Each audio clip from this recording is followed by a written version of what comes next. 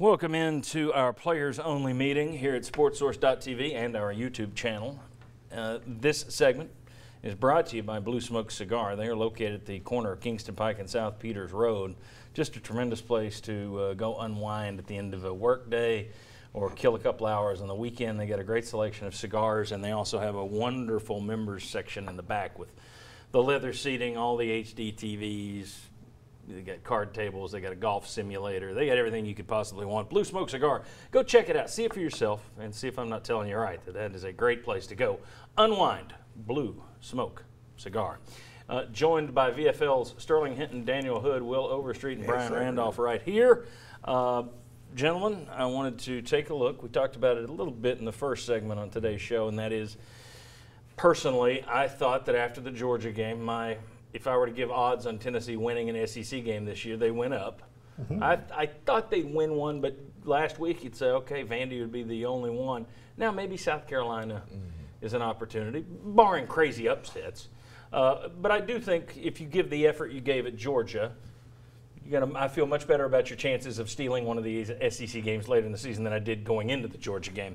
But let's take a look here at the remaining schedule for Tennessee, and you guys tell me.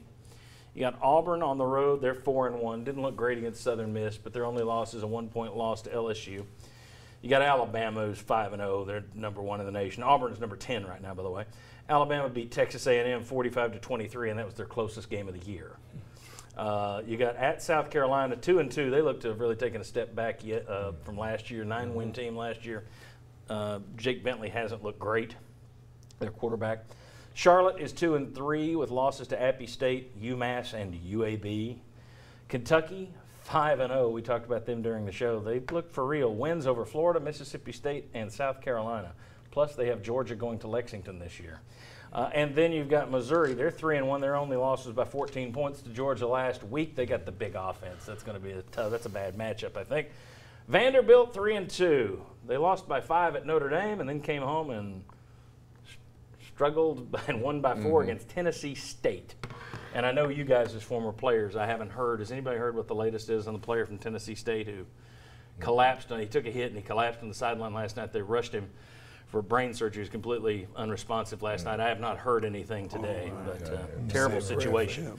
All right, Auburn, Alabama, South Carolina, Charlotte, Kentucky, Missouri, Vandy. Let's run through this step by step. And a couple of you took Tennessee to cover 16.5 our Cavaliers line.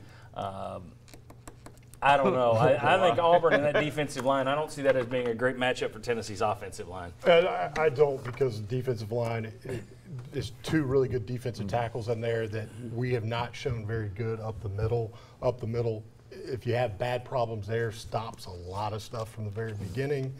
I just question how many points Tennessee can score on offense against Auburn, and can you hold them under 20? I don't know if you can do that. Yeah, I have the same beliefs as him. They're good where we're not, so it's going to be hard for us to score. They got a bunch of monsters on defense, so it's down in a hostile environment too down in Auburn, so I just hope this game doesn't get ugly. The thing I think about with Auburn and Tennessee having a chance is, I think we've seen when Tennessee was beating Alabama in the fourth quarter of that year, his timing is everything. Auburn, I don't think they have a bye week this week, if I'm not mistaken. Tennessee's coming off a bye week, going into it. You're finally starting to play well, or maybe not play well, but you're not making the mistakes that you did against Florida. And so in terms of timing, I think this is going to be your best one, because when you get, even down to Vandy at the end of it, you're talking about that's going to be your 6th, 7th game in a row with a roster that's not even that talented. You think we have a better chance of beating Auburn than we do Vandy at this point? I'm saying no. Well, I'm saying just talent-wise. Okay. Vandy's of course the one. Talent-wise, Vandy, Charlotte, it's there. But when you look at the timing of the schedule, Auburn's going to be their best chance to be ready for something, because you don't. I mean, what have we had? 27 injuries, I think, the past 2 seasons. Yeah, you've been relatively healthy this year. Yeah. And so we've got 1, 2, 3, 4, 5, 6. So that's your 7th game in a row. I don't see the Vandy game as yes, talent-wise we should, but. Well, I'm going to go on record to say, something that no one on this panel probably agrees with. What's nothing against the norm? Nothing new, yeah. I'm just saying. I think Tennessee has an absolute good chance to beat Auburn, and this is why. Auburn wasn't that impressive yesterday. And of course, they've got some exceptional plays at certain positions. But we've got an off week. We've got some incredible offensive minds in the lab right now, getting their creative juices going. We're going to come out the box on them. They could be tired or hurt because they don't have an off week. We're going to their home. We're going to travel. Yes, hostile environment. But that can be used as motivation. Look, I mean, why you guys? That's what I'm saying. You guys cut me off because you guys roll really with brain clap. It can happen, brother. If we had a gong back here. I don't care about a gong. What do I care about a gong? I'm kicking science right now. I mean, think about it. And I'm going to call Brian. I'm going to call Brian out right now.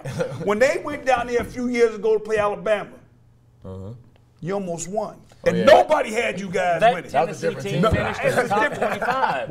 That was a top 25 Tennessee team. Hindsight is 2020. Okay.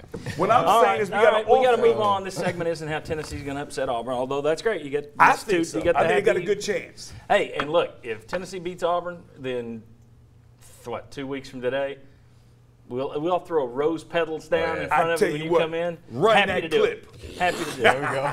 We'll do it. We'll do it. I just, Wow. All right, Alabama. You think they can beat Alabama? Okay, there you go. Anybody? No.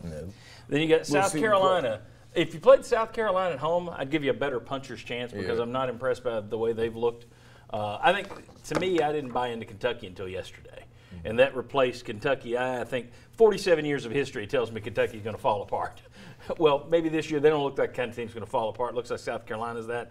I would say South Carolina and Vandy, sorry guys, would be your top 2 chances to win. My only problem is what do you come out health-wise after Auburn and Alabama? I don't know that. And they've got an open date. Right. So that's kind of where I don't know against South Carolina. I still you can, but what do you come out health-wise after Auburn and Alabama is going to be my big question. It's on the road, too. That's what I was going to say.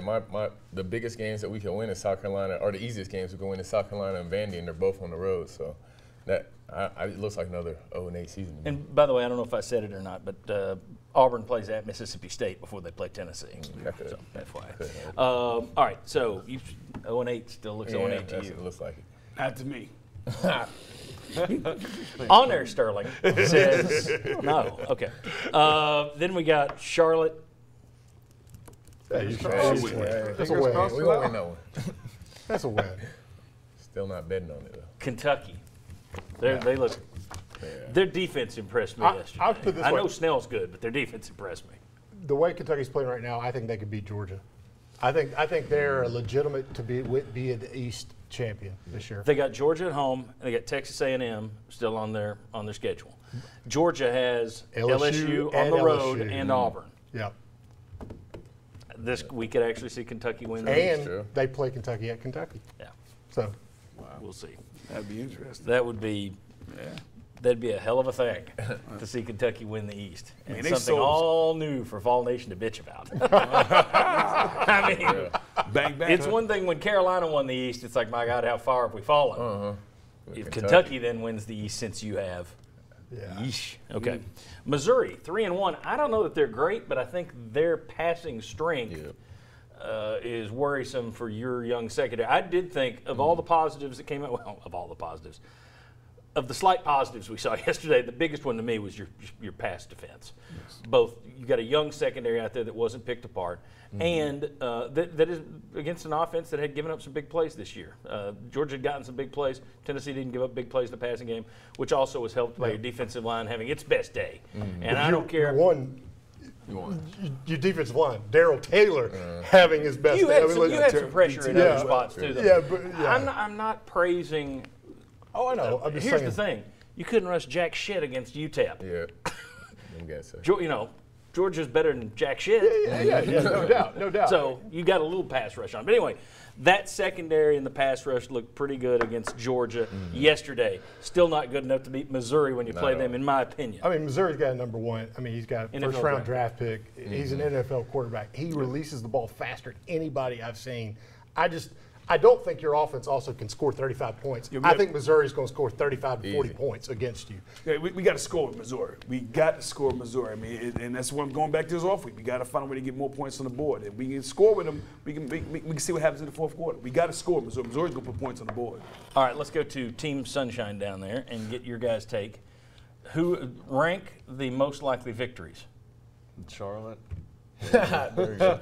And then honestly, I would honestly think Auburn, and then and then Vandy. And I don't see you having a chance against the rest. I don't even think we'll beat Vandy, to be honest. But you think we're going to beat Auburn? That's not I've I mean, watched I that guess I'm defensive going to be line. biased Yeah, by the monsters senior on year your when we had Butch I'm Jones just- had a South Carolina team that came in that wasn't playing well, that was falling apart, that was number 10 in the nation. Yep. We came off a bye week, focused on the little details of the thing. That South Carolina team didn't fall apart. They finished number 11 in the country. Yes, Well, I mean, yes. that game, Yeah. they Right. weren't then. But, and so But all that I'm was saying is, year, not. well, but it's Okay. you're going to have the time, but all it takes is one. And every head coach needs that one game that they can go into the offseason and say, hey, we beat this person. I'm going to use this in recruiting. Well, that's If I'm Pruitt, that's the one I want. that's Auburn, another one. Auburn's not going to be that game because they're too talented up front. It's a whole different talent level there. If Auburn- Auburn's the best defensive line you will have seen this year. They're all If Tennessee NFL. wins this game, That was the I'm just gonna run this on Sunday and let you look like a genius of There we geniuses. go. Yeah, yeah, you definitely will. I mean, Can we not run it Let me host the segment. the other way? Because he's going against the odds. I give a man credit for going against the grain. Sterling, where are you going? 3 most likely wins: Vandy, Charlotte. I'm going with Vandy, Charlotte.